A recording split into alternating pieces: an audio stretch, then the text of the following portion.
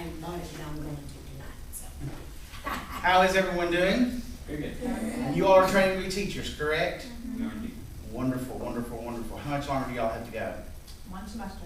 One semester. Student teaching, we start in January. You start in January. Wow, it's gonna go quick, and you're gonna get through it. This lady will get you through it. She got me through it. She will get you through it, okay? I know it's kind of nerve-wracking, and you think, am I ever gonna be finished? But yes, you will finish, and you will get through it. Can't promise you'll get a job afterwards, but you'll get through it. You will graduate. All right? All right. I am very proud and very honored to be here tonight. And if someone had told me 2 years ago that I would be doing this, I would say, well, you're just crazy, you know. So we never know what life is going to throw at us. Can y'all relate to that? I'm sure that you can. Personal narratives. That's really odd that you'd be talking about personal narratives because my new book that just came out, Tenderheart, is basically a personal narrative. Okay, a personal narrative, of course, is a story that we write about ourselves. So Tenderheart is my life story, and it's been a roller coaster of a ride, I can tell you. It's probably what all of you in here could relate to, okay? All of us have a story. Writers just write theirs down. Writers just tell their story, okay? Since you all want to be teachers, how many in the room like to watch teacher movies? Okay?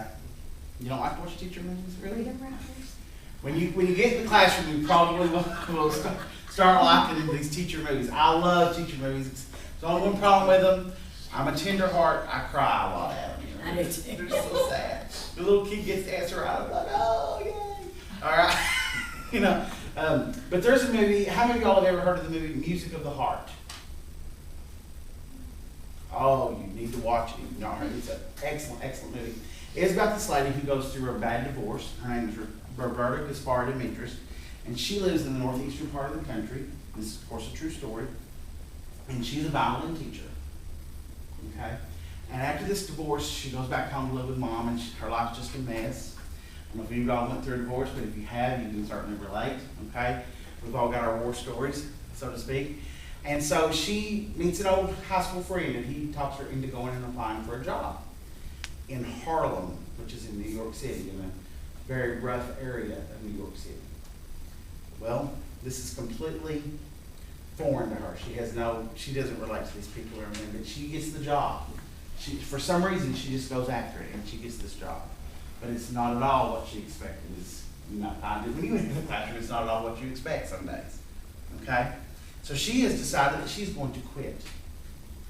And so she goes to tell her principal that she's leaving. She's had enough. But as fate would have it, her principal was just too busy to talk with her. And just as soon as her principal leaves her, the bell rings and the children flood the hallways. If y'all ever been in school, you know how the bell rings, they just flood the hallways. And the camera zooms in on her face. And you know, without her saying a word, that she realizes in that moment that she is exactly where she is meant to be. Well, when I watched this soon after my divorce, and I was going through a very rough patch, I can't explain it to you any better than this. There was just something deep in my spirit that said, that's where you belong as well. Now, for me, that was almost as like saying I belong on top of a mountain somewhere out in the wilderness. You know, it's just ridiculous for me to think that I belonged in a classroom. My father is illiterate. I think he went to the 3rd grade. Nobody knows for sure. My mother went to the 8th grade. Out of more than 100 relatives, I had one that had went to college. I had not been in a classroom myself as a student in more than a decade. I had no money. I had a child, a small child at the time, and I had to work. It was ridiculous for me to even think that I belonged anywhere in a classroom, going back to school or trying to teach later. Okay? But something in my spirit just told me that's where I belonged. And that's what I needed to do. And so I thought, well, the only way I could possibly do this is if I did it online. There's no way I could even attempt it because I have to work. The only problem with that was, at the time, the only thing I knew about a computer was how to turn one on. So what was I going to do? I had no clue. Okay? But this, I can't explain to you any better than this, that in that moment, I knew that's what I was supposed to do. And so I had to at least One of the biggest words in the English language is the word if. And I thought, I don't want to be 70, 80 years old and look back and say, what if? What if I had tried? What if I had done this? What if I had done that? So I began to have a desire to really strongly to be a teacher. And it was strong enough to get me out of my comfort zone and get me to actually put some action behind this thought. And so I applied to SEC, and I was accepted, and I didn't even know if I would be accepted to SEC or not. Okay, but I still had the trouble with the computer. I learned that there was Kentucky Virtual University, and I could take my classes online. I could get my basics out of the way online, but there was no teaching degree online at the time to get your actual teaching degree. So I kind of had to step out on faith there too. All right, but I came over here every night, my first month in college, and I went to the computer lab in this very building, just a few doors down from here. And I just worried and worked those poor people in the computer lab to death. Every few minutes I had no idea how to make a document. I had no idea how to save a document. None whatsoever. And I was more than 30 years old. Okay? But I was determined. I was gonna give it my best shot. Okay? I was gonna do everything I could. So after about a month, I felt like I could go out on my own. The first semester I made the National Dean's List, and I was inducted the next semester into Phi Theta Kappa, which is the National Honor Society. So I started to get a little bit of confidence. Okay? Not a lot yet, but a little. Okay? And all these moments were just working up. And in our lives, it's just one series of events after the other that work up, that have led you to where you are now. And that's exactly what's going to happen. It's going to get you the rest of the way through. One event after another. And I kept telling myself, just put one foot in front of the other. Do everything you can do, okay, at that point, and then you'll face the rest of it when you get to that point, okay? Because I thought the praxis would stop me. I thought student teaching would stop me, because I didn't think I'd have the money to be out of work that long, all right? But I just kept thinking, okay, this is what I'm supposed to do. It's going to happen. All right, so I just kept on going. Just kept on going. Well, there was a long chain of events that basically I had to end my academic career and go back to work. Okay, my job had ended where I had been working when I started, and I had to start a new one, and it was a lot more entailed. Okay, so I really just couldn't do both. So I thought, well, I'm just going to have to put this on hold for a while. Or actually, I thought I was going to have to just forget it. Okay, maybe this wasn't what the plan was all along. Maybe I just misunderstood, or maybe this is what got me to this new step. And so I started selling life insurance, okay, which was a good job and everything, and I would have been content with there for a while, but through another series of events, after a couple of years of doing that, it just wasn't working out. And I'll share this with you all, which is really personal, okay, but I think the world of this lady right here, and you don't realize how blessed you are to have this lady in your life, not just as your teacher, but in your life, because she is a blessing that is far and above any other teacher that I've ever had in my entire life, okay? So because of her, I'm going to share this with you all. I went back to court to try to get my daughter full-time, or more than what I had, and it didn't work out. It just did not work out, and I really thought it would. So I about had a nervous breakdown. I mean, I just couldn't take it, because this is my world right here, sitting beside me, okay? And so when that happened, I was in a sales job, and you cannot sell if you're not positive, you're not motivated. If you're depressed, you're just not going to sell. So I knew I had to do something differently. Well, before that, I had worked for 5 years across the road here at Oakwood, and I worked as a caregiver, taking care of people with mental challenges. And I enjoyed the work. I loved the people that I took care of. It was hard work. It wasn't very financially rewarding, and it certainly wasn't easy or clean always, you know. We had to do a lot of stuff that, you know, people don't want to do, all right? But we had to do that. But I knew that I needed to do something. And I didn't want to go back to work over here, because I had to see all those people that knew me, knew the situation, and I had to face all these questions. And I needed someplace at that time just to hide out.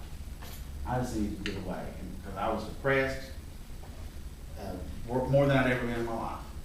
And so I had heard, I'd had a customer that had worked for this group home company. Now, a group home company is basically like what they do at Oakwood, but the people they take care of live in individual houses. And so I knew then I'd be alone with just the people I had to take care of, and that I could kind of hide out, so to speak, and that's what I needed at the time. Okay?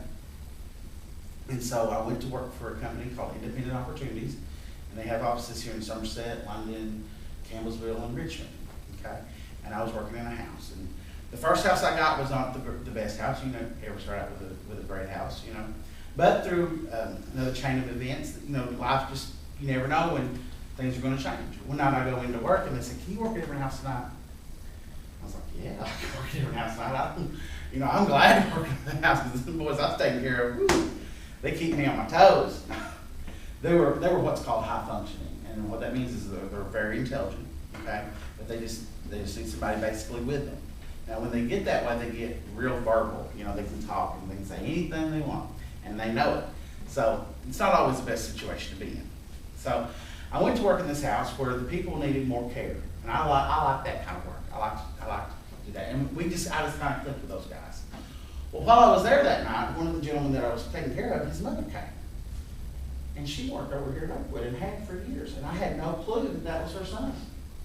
Well, she remembered me from Oakwood, and because I always tried to have a positive attitude, and because I always wanted to do my best for those people there, because everything that we do is important every day, because people's always watching us. Well, she remembered that. And she went the next day and she said, "I want him in my son's house." She didn't ask him, she told him, "I want him moved." So I got to move into this other house, and it was exactly what I needed at the time. Exactly. And me and those men, we grew to be brothers. I mean, it was just awesome. They are both, well, there was three at the time, but the gentleman whose mother had said that and got me moved, she actually went him to another house later on. So I was left with those two gentlemen. And those two gentlemen and me, we really, really bonded. They was trying to keep him in the house with us. So they gave us like $250,000 house down here off of Grand Central Boulevard. And then he left anyway. But our guys got to have that house, and I was really tickled. But those are the finest men that I've ever met. I mean, they really are. But one of them is verbal, but barely. The other gentleman is not verbal. But I could tell him I was going to take him somewhere next month on the 13th, and on the 13th at 4 o'clock, he's sitting there ready to go. He remembered. I mean, he was smart as he could be. And I just love those guys to death. And so we bonded, and they helped me tremendously. Now, when they went to bed at night, I could do whatever I wanted to as long as I had everything done. And they would usually go to bed about 7 or 8. Now, when that guy moved, they moved another guy in, but he had to have his own person with him. So there was 2 of us working in the house at that time. Okay? Well, the other guy would go in the living room and he'd watch television. Well, while he was doing that, I decided I was getting myself back, so to speak. I decided I was going to go back to school. I was going to start going back after my dream. Okay? Well, I would go in the dining room, and I'd sit at my computer and I would do schoolwork. Okay? Well, I started noticing on my papers that I think that's pretty good writing there, you know? Before I had went, I need to tell you this, before I had went to college, a lot of times it was hard for me, just in conversation, to form a complete sentence. I would stumble over my words. I would just feel like I didn't know really what I wanted to say. So it was really odd for me to be thinking that I might be able to write well. So it kind of made me curious, and I thought, well, I need to check into this and see if I can actually write, or if it's just me. Because I kept waiting for my professors through SEC and through Kentucky Virtual University, because I had professors from all the community colleges basically across the state, to be saying something that would, kindly, motivate me or think, oh, maybe I'm on the right track here. But I got great grades, but I never got that little extra that I was looking for. Hey, you're a writer, you need to think about pursuing writing. I never got that. So maybe I'm just thinking it's great because I wrote it. Because we all do that, right? If we write it, oh, this is great. You need to read this, right? All right. So what I did was, I was learning about social media, Facebook, and there's a site called Topics, which is bad. You don't need to go on there, but I was learning about these sites, and I thought, well, you know what I'll do? I'll start making little posts on there and seeing if I can get a reaction out of people. And I did. So I can get some emotion around. So then I started a blog. And I did this in 2009, December of 2009, I started a blog.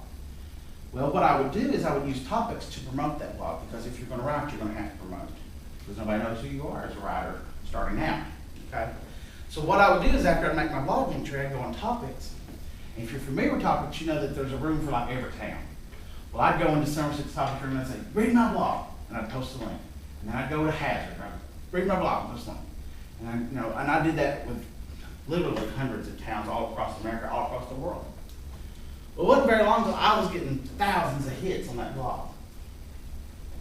And it wasn't, and people were coming back. It was the same people because they were making comments. Hey, I enjoyed your blog today, this, that, and that. I thought, okay, so I can get an audience. Well, it wasn't very long after that my ex-wife found out about the blog, and she was like, she didn't like that very much because it was called A Father's Fight, My Story. So she didn't like that. So my daughter here kind of clued me in. Mom's getting ready to do something, you know what? So I stopped the blog, but I didn't stop the desire. Okay?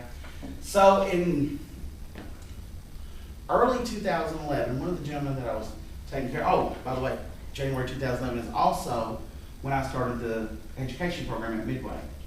Because by that time, an online program had opened up at Midway. And so, of course, I knew I had to go to Midway College because that was my only option, really, because I had to do it online, and Midway was the only place that had an online program. And so I knew then that was exactly where I had to go, and it was. It was. And, as well as I did at SEC and taking virtual university courses, when I got into the teacher program, I was extremely intimidated. I did not think I would ever get through. My first class was a class with Dr. Roberts, Introduction to Education, I believe it is. And on our very first assignment, he gave me feedback. Great job. Well, that might not have meant much to most people, but it's what got me through. Because honestly, before that assignment, I thought, I'll never do this. I just need to quit, save myself the headache and the aggravation and the money, and just quit. But when he gave me that little bit of feedback on that very first assignment, it was exactly what I needed to carry me through. And I kept saying, okay, now I still need to do what I was doing. Just put one foot in front of the other. It'll work out. It'll work out. So when you're in the classroom as a teacher, please do not underestimate or overlook the value of feedback to your students. Now, I graduated in December of last year, and since that time I've been very fortunate to have I've had 3 long-term sub-positions since I've worked every day. Okay? And I can see on the look on a child's face when I give them some feedback. Even if they've made a bad grade, you can still give some positive feedback. Okay? But that look is priceless. And when I see that look in their face, I remember back to Dr. Roberts because I saw it on a computer screen, but I know I had that same look. And I know what it meant to me. Now, you can just imagine what it means to a 7, 8, 9, 10, 11-year-old, or if you're in middle school or high school, maybe a little older. It meant a lot to me at almost 40, so I can imagine what it means to them. So don't underestimate that, don't forget that, please. But anyways, so I began to go through the program, and I was doing pretty good. I was getting some A's and stuff. So after the guys would go to sleep that I was taking care of, and I'd go in there and while he's watching TV, wasting his time, not getting anything accomplished with his life, and he's still there watching television. Can't remember any of those shows that he watched, so just a big waste of time. That's what I tell my students. I tell my students this story. Because I don't want them wasting their time on video games and television and stuff that doesn't matter, and I'm going to help them. I want them reading. Because reading is the key. If you can read, and you can understand what you read, you can do anything in this world, because all the information in the world is written down in books, and all you've got to do is be able to read those books and understand it, and you can do it. It's that simple. It really is. So that's what I tell them. So while he was doing that, I was working on my schoolwork. Well, in very early 2011, one of the gentlemen that I took care of needed surgery. Now, I worked at the time from 3:45 in the afternoon till 8 o'clock the next day. And at that time, I got to go home and I had to be right back in at 3:45. Now, his surgery, of course, is about 9, 10 o'clock. But that was my brother. He wasn't going to surgery without me. So I stayed and I took him, okay? Well, while he's in there with surgery, because they wouldn't let me back there with him, I wanted to go back there with him, they would not let me. I'm out in the lobby, and I'm trying to find something to, occupy my time, so I pick up the magazine, and I start thumbing through it. And I found an advertisement for a writers' conference at Greenbow State Park, which is up in Greenup, Kentucky, about 3 hours from here by Ashland. And it said in the ad that you could talk with a publisher, and you could actually pitch them your ideals. Well, I thought, oh my goodness gracious, that's for me right there. I knew this. I wasn't supposed to be here. So this is obviously for me, So I did something I shouldn't have done. I don't usually do this sort of thing. I don't think this is the kind of person I am. Because I didn't have anything to write with. I still feel bad. That still bothers me that I pulled out that magazine. But I did. So I'm not perfect by any means. But so that conference was for April the 1st. Now at that time, that day had no significance to me whatsoever. April 1st. I found out it was on a Friday, okay? And I looked at my visitation schedule and realized that I would have my daughter with me, so that was great. That was great. And we were going to go. Oh, I'm sorry. We were going to go. Oops. Okay. We were going to go to this. I didn't mind. It is August. We were going to go. Well, some things happened. 2 things happened before April 1st. First of all, I started chickening out.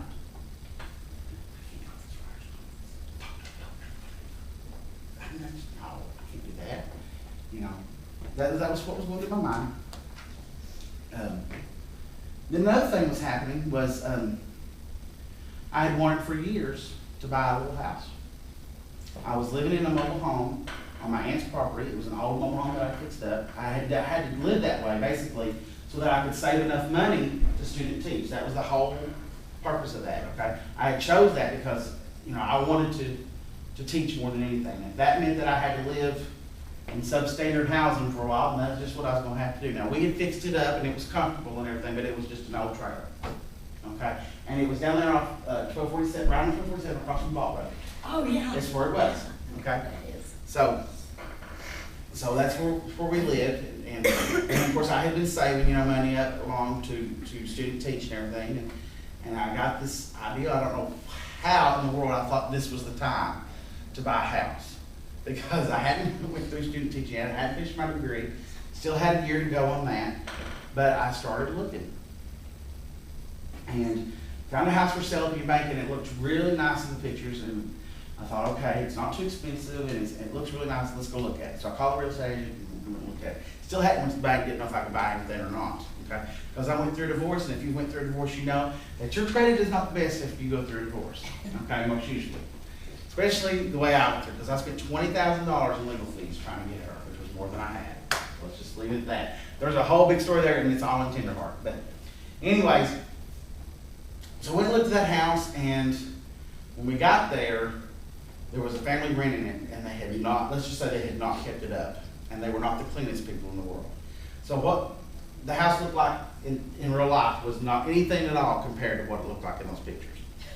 So I was pretty disgusted, as you can imagine. I guess there was an agent knew by the look on my face. I didn't like what I seen. Okay, and so she said, "Well, I've got another one. You know how they are. I've got another one I can show you." So I was like, "All right, let's go look." Well, this one happened to be right in Eubank. Are any of y'all from Pulaski County? I live in Ferguson. Yeah. Ferguson? She's from Okay, so you guys know where Eubank is. Okay, it's not far from here. All right. So this one was right in Eubank, which I already thought that 1247 and 452 was up high north, and here I was going another 5 or 6 miles north. I was like almost in Lincoln County by now. But that was all right. Just so happened, I actually lived around the corner once before, and then my daughter lives just around the corner as well. So I thought, well, I'd be close to that, that'd be good. She could sneak out at night and come home if she needed to. So, anyways, I thought about it, and the little house, it needed a lot of updating. It was an older house, but it had been taken care of. You could tell that the people that had it had took good care of it, and it was out of date, but I said it had good bones. That's what I said, it has good bones. I can work with this, all right? So I thought, all right, I know somebody from when I used to mobile homes long, even before I was over here. I said, I know somebody now that works at the bank. from when I sold mobile homes. I said, I'll go see him. If anybody can get me done, he'll get me done. All right? So I went in there and I told him my whole story. It was a real sad story, you know. And he didn't pull my credit or anything. He said, I can get you a house. I thought, he's just telling me that because he knows that's what I want to hear, because that's how salespeople do. You know, I know how to do it. So I was like, he don't know. He didn't even pull my credit. But he was able to get the job done. All right? Well, at least on my end. Well, the lady, bless her heart, that had the house, she'd give it to her kids because she knew her time was not going to be long when we started. Well, one of them little rascals had went and put a lien on the place, and nobody knew anything about it. Well, you can't buy a house with a lien on it until they get that lien removed. So I thought, I'm going to lose my house. So, you know, being imaginative and creative, as we all need to be, if you're going to be teachers, you have to be that as well. I decided what I'd do is I'd just ask them if I couldn't rent it until they got that lien removed, and then I'd buy it. They said yes. And guess what day my first rent payment was due? April the 1st, 2011. Okay, no big deal. All right, that's no coincidence. All right, that's no big to do. Well, I was working 65 to 80 hours a week at the group home. Okay, and I was going to school full time. And I was going to try to move. Now, I don't have anybody help me with anything, so everything I have to do, I do it on my own. So you can imagine, life is pretty chaotic. And guess what I do with that address to mail that rent payment off to? I lost it. Did you ever lose anything? Well, don't you know, since I was trying to get out of going to that writers' conference to begin with, I said, okay, I've got to have this rent payment paid on the 1st, or I'll lose this house. So I can't go to this writers' conference because I've got to pay my rent. And they live up, I think, around Cincinnati. And I just can't do both. So I called them and I said, look, I have, and I had to even call the real estate agent to get the number because I didn't even have the number. I couldn't find it in all the boxes and everything. And so I called them and I said, I'm just going to have to drive this up there to you and give you the rent on the 1st by hand, because I've lost your address and there's not time enough now to mail it and get it up there to you on time. I don't want it to be late. And I said, what is your address? And so she's telling me her address. That's funny. I've heard of this before. I haven't heard of that road before. That doesn't make any sense.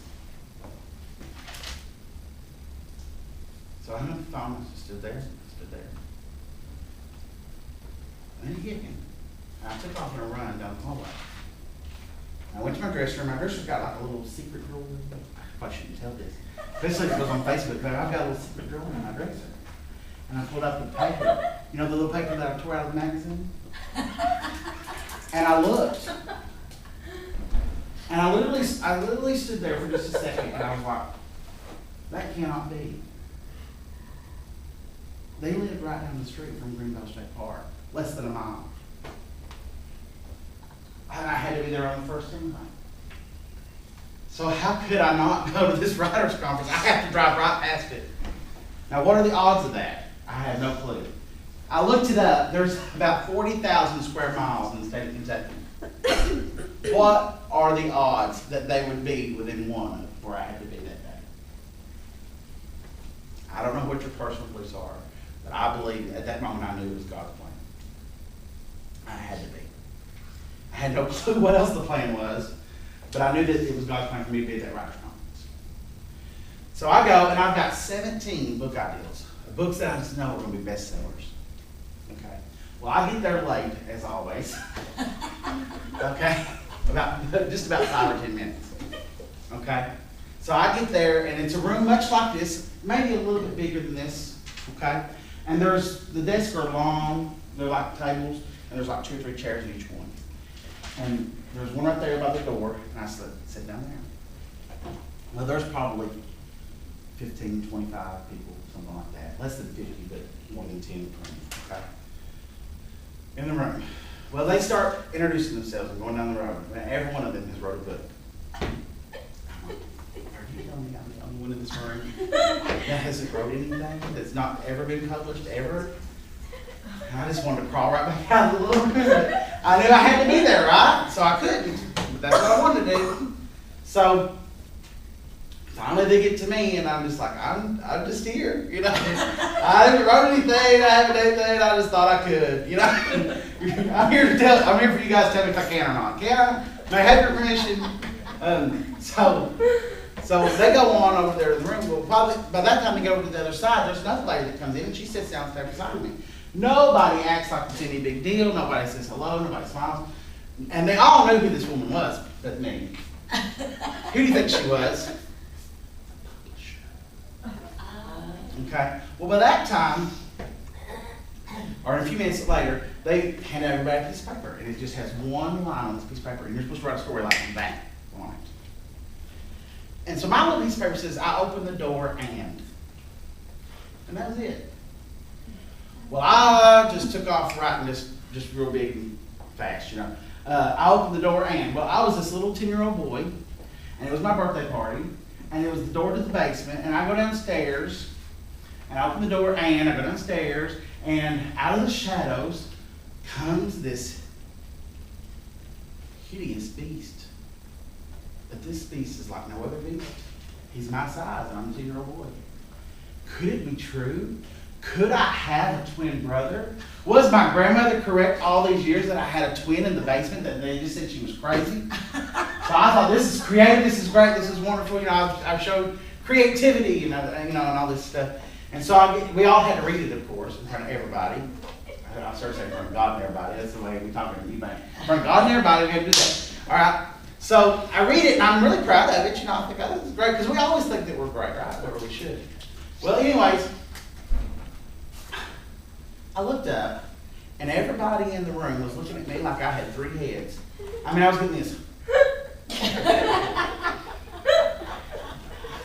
I thought, oh, snap. I have messed up big time here.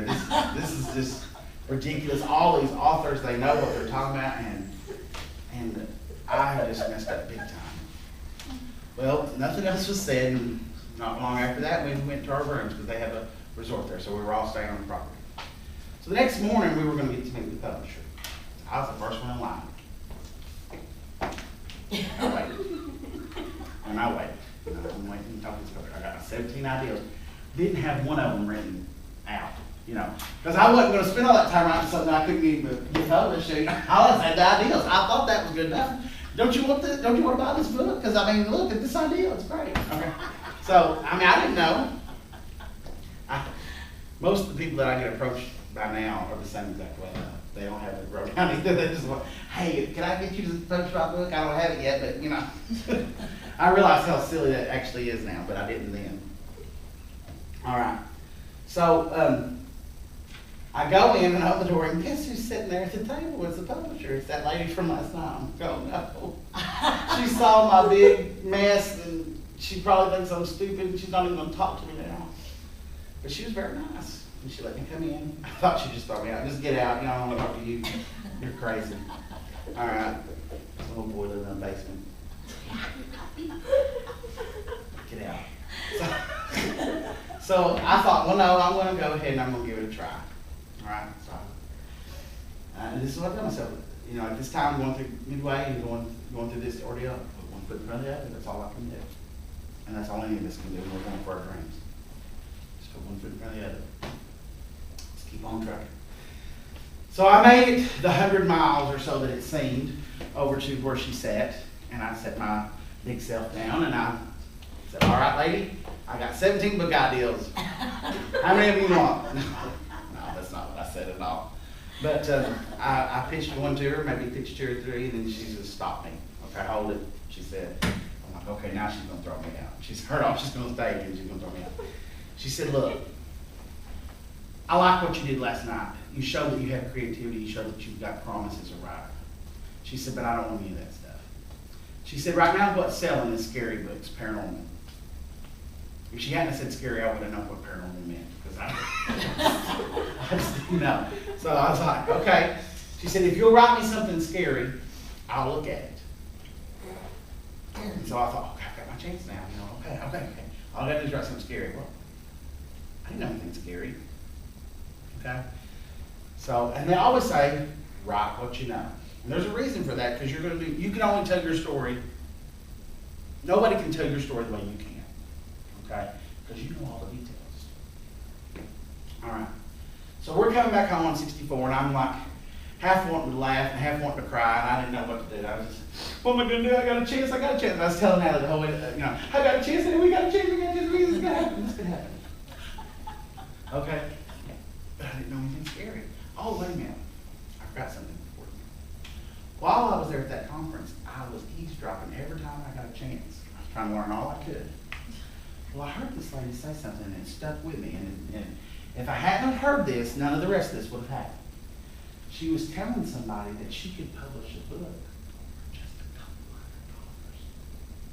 $200. Well, I don't know if any of you have looked into publishing or not, but a lot of these companies want thousands and thousands of dollars, which was completely out of my league, So, but I heard her say that, and I was confused by it, but I didn't say anything. I didn't even let on like I heard it. I was standing there getting a fruit cup or something, I don't know whatever they had there. So, and I'm listening, like this. Like they don't know what I'm doing, they're not that smart, they'll never catch on. But, so anyways, but I had completely forgot about that at this point. Okay, so we're coming home, and I'm like, right, what you know, something scary, something scary. The only thing scary I know is my ex-wife. No, I'm just kidding. No, it's my mother-in-law. No, I'm just kidding. So, anyways, those of you that live around here, you've probably heard of Souls Chapel. All right, there's a legend that goes along with it. Those of you that haven't, it is this very strange legend. It's out towards Shotwell, going towards London. And in the late 1800s, there was a church there, and the ruins of that church are there today, the foundation. If you go on my Facebook site, Legend of Souls Chapel, you can see the actual church because it has been burnt down. But in the late 1800s, there was a preacher there by the name of James Powell. Now that much we know to be true.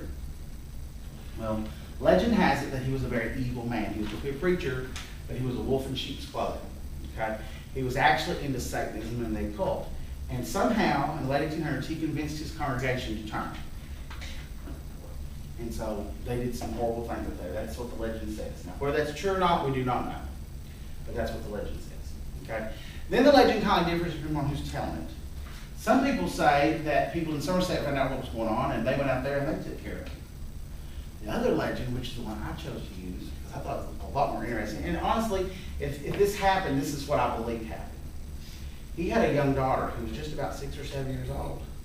And she knew what was going on was wrong, and she's the one that ended things for that man. So that's what I chose to use. Now, did you notice his last name? It's Powell. My last name is Dowell. I thought I can capitalize on that. Yes, I can. So, yes, because I meant to write this book. Okay? So, I come home and I decided I'm going to write about the Legend of Souls Chapel. And actually I got that idea on the car. And I was all excited, almost wrecked. So I was, the Legend of Souls Chapel, there we go. We got the name of a book, all right? So I was all tore up. So get home, and that's, of course, in April 2011. And I write from April, every time I get a chance. When I would finish working on my schoolwork at work, then I'd start writing my book, okay? So I wrote and I wrote and I wrote until December, I forget the exact day. I know the 23rd, I believe it was, 23rd of 2011. And I looked at what I wrote, and I went, that's garbage. I just tore it all up and started over. And I said, April 1st, 2012, I'm going to have this done. I didn't have a deadline before. I said, I'm going to have it done April 1st, 2012. And so 2012 came, and I was writing on it pretty hot and heavy, as they say. And April 1st came, and I didn't have it done, but I was just about done. April the 3rd, 2 days later, I finished the book. Oh man, I was so excited. As soon as I hit that keystroke, that last keystroke on that book, I went straight to her website. I'm going to submit that bad boy, and I'm going to see what she says.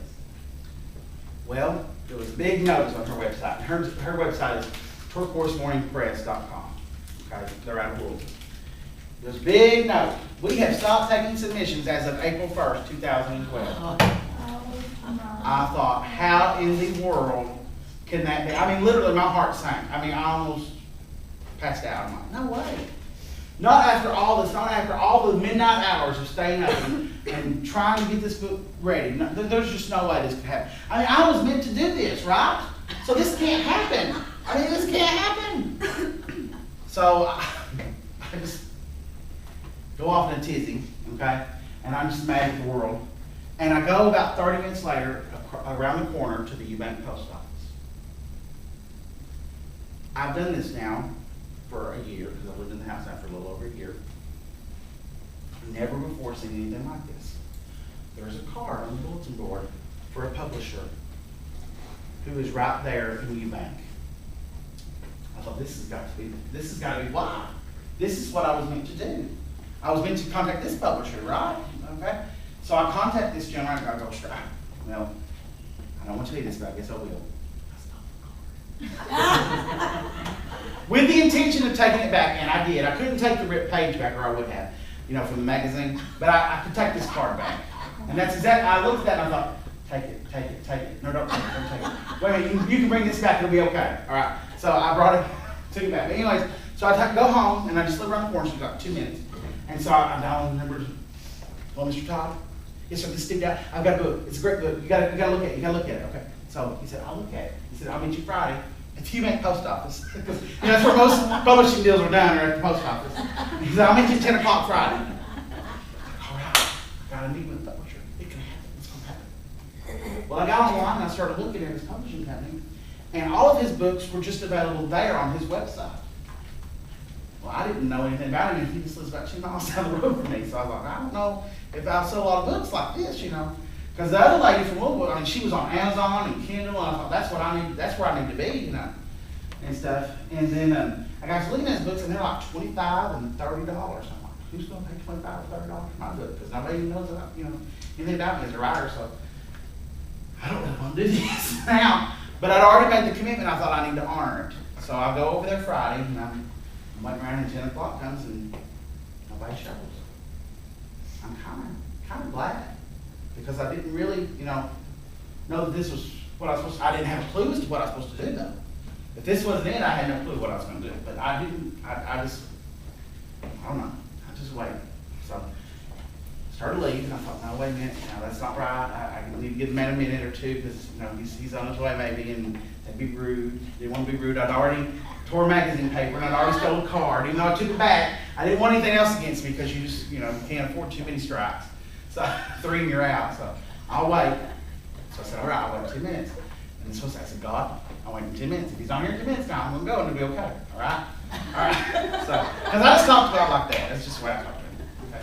So I waited and I waited, and I kept looking, and he didn't show up. So I got in my car and I hightailed it out.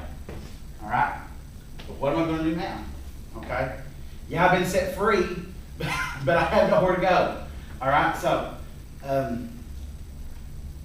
I pull into my garage, I get out of the car, and I'm walking down the steps. And I thought, wait a minute. I'm almost a teacher. If I can get through this teaching program, and I think maybe I can by now, maybe I can do more than just that. Now, this old boy's from Eubank, and he can publish a book. And this lady's from Louisville, and she can publish a book. And I heard her say she could do it kind of cheap.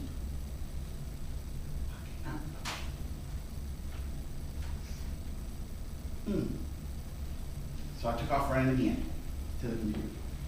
I'm gonna check this out. I'm gonna see if I can't do this. Okay? And I started researching. And I found out through createspace.com that I could publish a book. And now I know how to do it for. So I said, this is what I was meant to do right here. I'm going to publish this book. Now, I thought it took me a year to write this book, so it's going to be a long time before I get another one out. So I feel like I'll probably be more successful if I have other writers with me. So if I can publish a book for myself, why can't I publish other people's books? Why couldn't I start a publishing company of my own? This guy in Eubank did it. So I started researching that. And I could. Wow. This could change my whole life. And it has. And so on April the 7th, 2012, which was a weekend, I started Maple Hill Publishing. And it was like, boom. That first weekend, I had 2 authors ready to come on board. First weekend. Still didn't have a book out, though, okay? Because now you have to understand something. I didn't have a clue as how to publish a book. Okay? Didn't have a clue. I just knew I could do it. It was possible. But I did not know how to actually physically do it. Now I have two other people also want me to publish their books. I'm like, oh, well, I better figure this out, don't you think?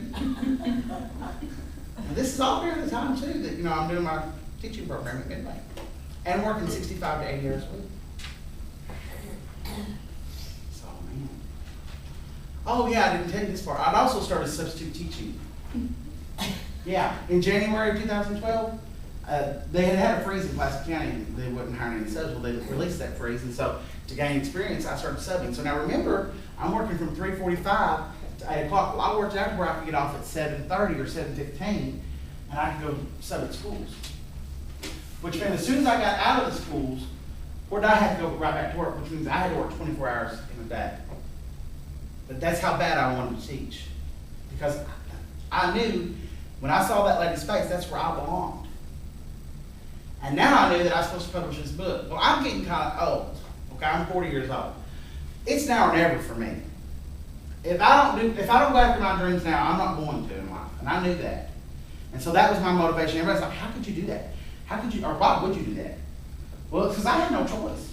It was now or never.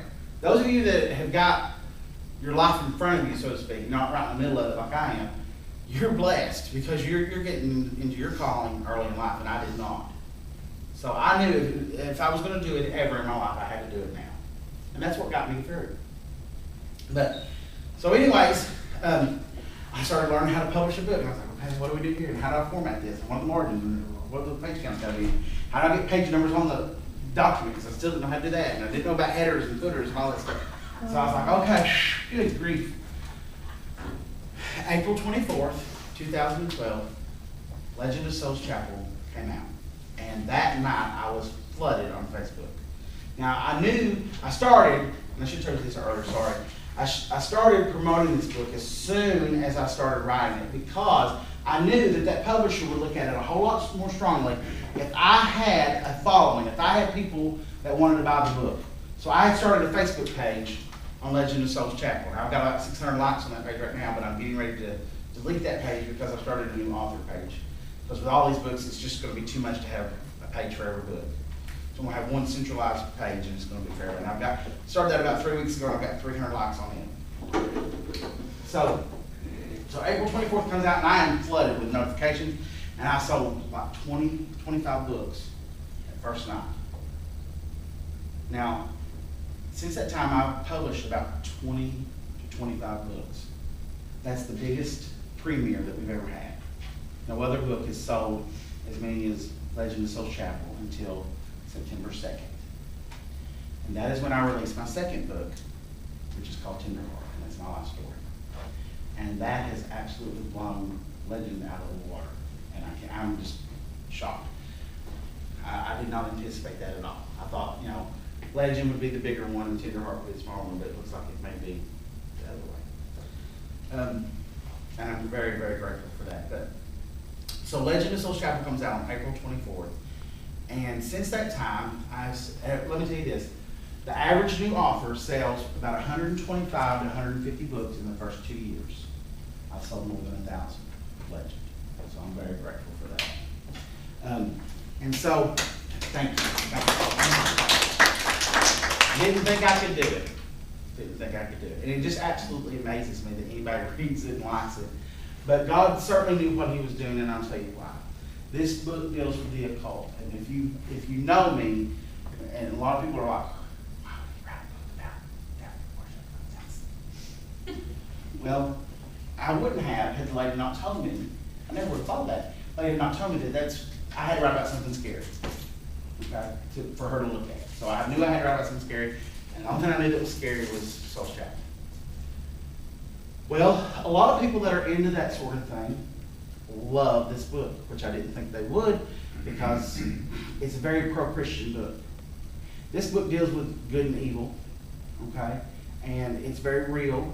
And there's Bible quotes in the book and everything. So I thought the people that were into that sort of thing would hate this book because it goes against really what they usually believe. They love it. And they will come up to me at these events, and they want to hug my neck, and they want to talk to me, and and I get to witness to them. And I would not have had I not written the book. I never had any dealings with these people. I wouldn't even associate with them, because we just don't. Not that I wouldn't, but I wouldn't have that opportunity. They probably wouldn't want to talk to me. So God knew exactly what he was doing. I mean, he was just dead on, straight, as he always is. Okay? And so it just has amazed me that this has even happened.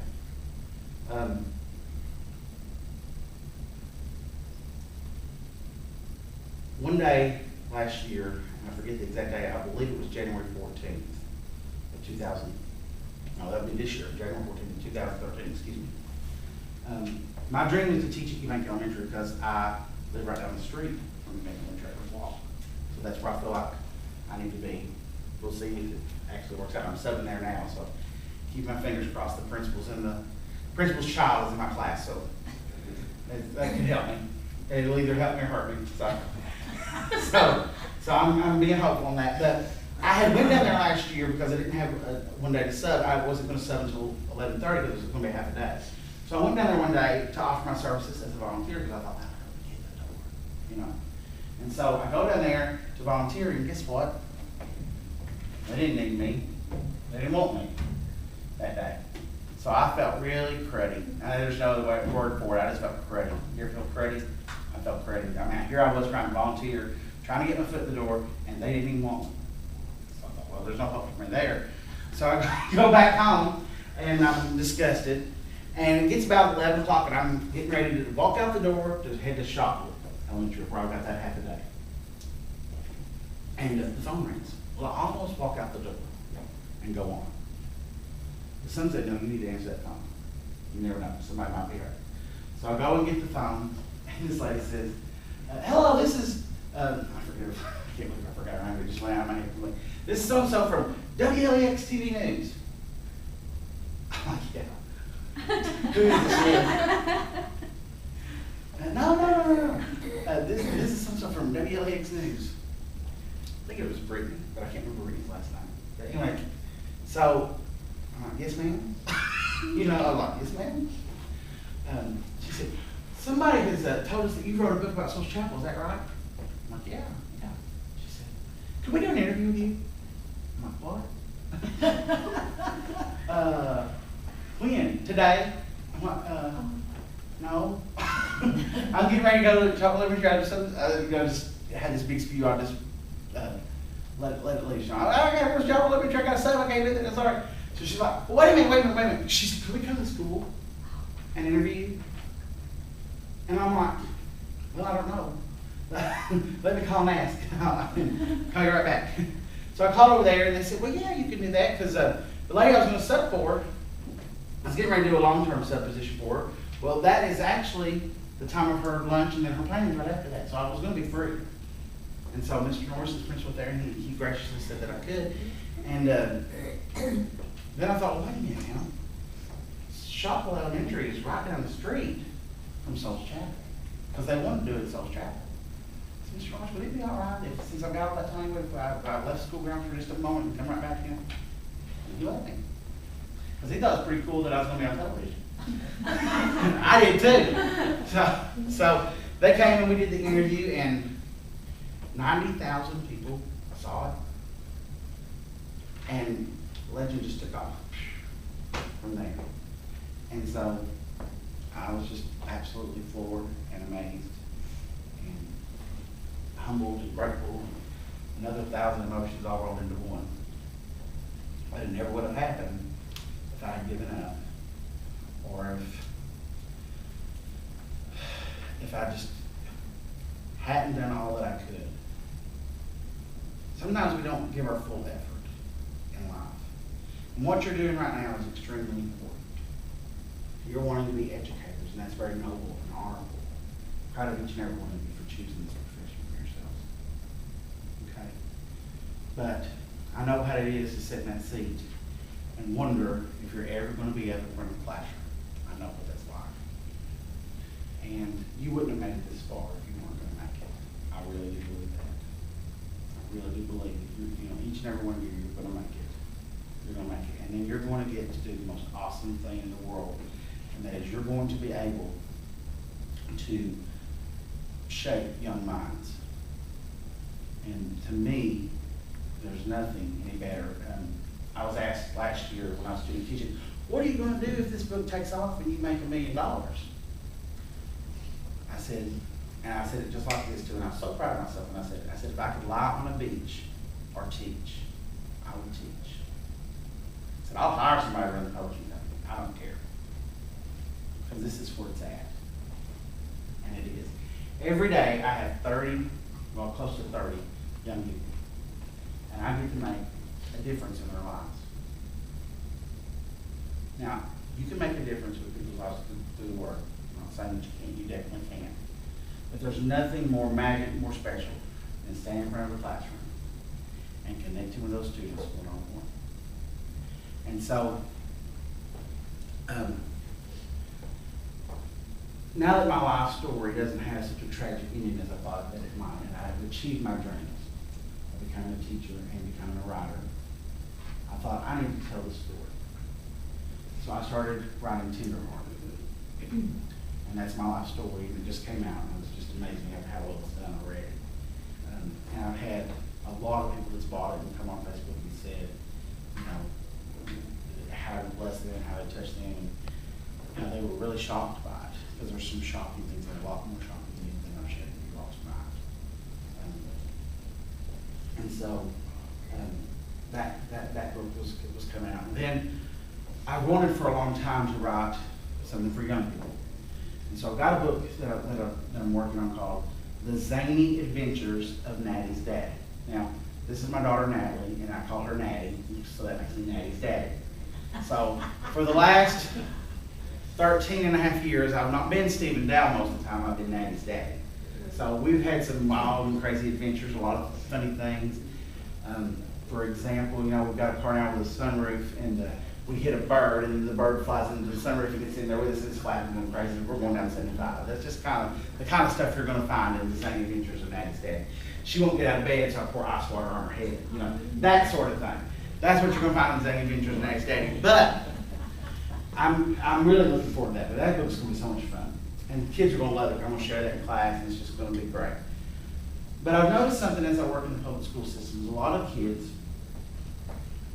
are being raised like I was, and that was not the best. So many of your children are going to come to you hungry, sometimes dirty, because mom and dad or grandma and grandpa or whoever they're living with doesn't give two hoots about it, and it's obvious. And it'll break your heart as a teacher, because you're going to know that they're living in a situation they shouldn't be living. That's how I was raised, so I feel automatically connected to those students, and those are the ones that I just pour my heart into. Try to pour them into everybody, but I have a special connection with them. And so I have written a book called Cassie, and Cassie represents all of the children that I have come in contact with as a teacher. And this beautiful drawing was drawn by another Midway College alumni, Miss Hazel Webb, who I went through Methods with. Methods was one of the best times of my life. I didn't know until I got into Methods that I would fit in with teachers. I always thought that teachers were way up here, and I came from the projects. Okay, so I did not fit in with those people. Those people were fancy, and I was not. But when I got into Methods, it was so great because all these people just made me feel right at home. And we have grown so close with each other, and I want to encourage you all to do that as well. It has meant so much to me to have these people in my life, and I hope that I've been a blessing to them as well. Okay? But this little girl was drawn by Hazel Webb, who, like I said, I graduated with, and she's wrote a book now, and I published it called Whispers of the Deep. And she's going to be doing a book signing tomorrow. We've got a store in Danville, and she's going to be doing a book signing there tomorrow. It'll be her first time. Is she? Yes. And this has changed her life as well. I know. It's just been unreal. So this little girl, a book that will change a generation. This little girl, this is not the kids' book that you've read before. You've never read a children's book like this. Okay? This little girl is not loved, and she lives in poverty, like so many of our kids do today. And she's going to be going to kindergarten, and she's scared. But she's going to find out that this is the best thing that's ever happened to her in her little young life. And school is going to change her life. Now, this is going to be a series. And there's going to be one for first grade and one for second grade. And we're going to follow her all the way through to her high school graduation. So I'm really looking forward to that. And we're going to see some big changes in this young lady's life. But she's going to learn, and she's already starting to in kindergarten, that education is her key out of that kind of lifestyle. And so, as you can see, she's a little scared in this picture. She's got a little dirt on her face, a little dirt on her dress. And this is the way she's going to go to school. This is the way some of your kids are going to come to school. Maybe, hopefully not as tragic as this one. But you're going to see kids and you're going to know that this is the way they're living. And so I'm really excited about this book because so many kids live in this kind of situation, and none of the books are written for them. They can't relate to the kids that they see in these other books that are always happy and fed and loved and taken great care of. They can't relate, but they're going to be able to relate to Cassie. And so I'm real excited about what this could do for them. And I say it's the book that will change a generation. I hope it will. I believe it can. Especially as she grows up, because they're going to be right there with her. Okay? And so this actually comes out, what is that, 6? This comes out on the 15th. The 15th of September. But I will have some copies a little bit before that because I won't be at no, take that back. It comes out on the 15th, but I won't have copies until right about that time.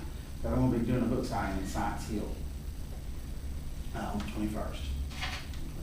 Doing a book signing tomorrow at Burnside, but Tenderheart didn't come in, so I'm going to have about 50 people mad at me probably. Yeah. But hopefully it'll be there in the morning. I'm just praying and praying. If not, I have been able to arrange for a book signing next Saturday at Science Hill, so they'll hopefully forgive me and they'll come back. I'll probably lose a few of them because they're probably mad, but maybe they'll forgive me later on. But this is where I'm at. This is what I'm doing. And I'm just praying and praying for a teacher job. If you know any principals, put in a good word for me. But I really appreciate the opportunity to come speak with you all. Again, 2 years ago, I never would have thought that I would be up here. Who knows where I'll be 2 years from now? Who knows where you will be 2 years from now? In 2 years' time, you will have your degree. In 2 years' time, you could have your classroom. In 2 years' time, you could be making changes every day in people's lives. And anything else that you want, you just got to go after it. I always tell my kids, you can't hit a target you don't have.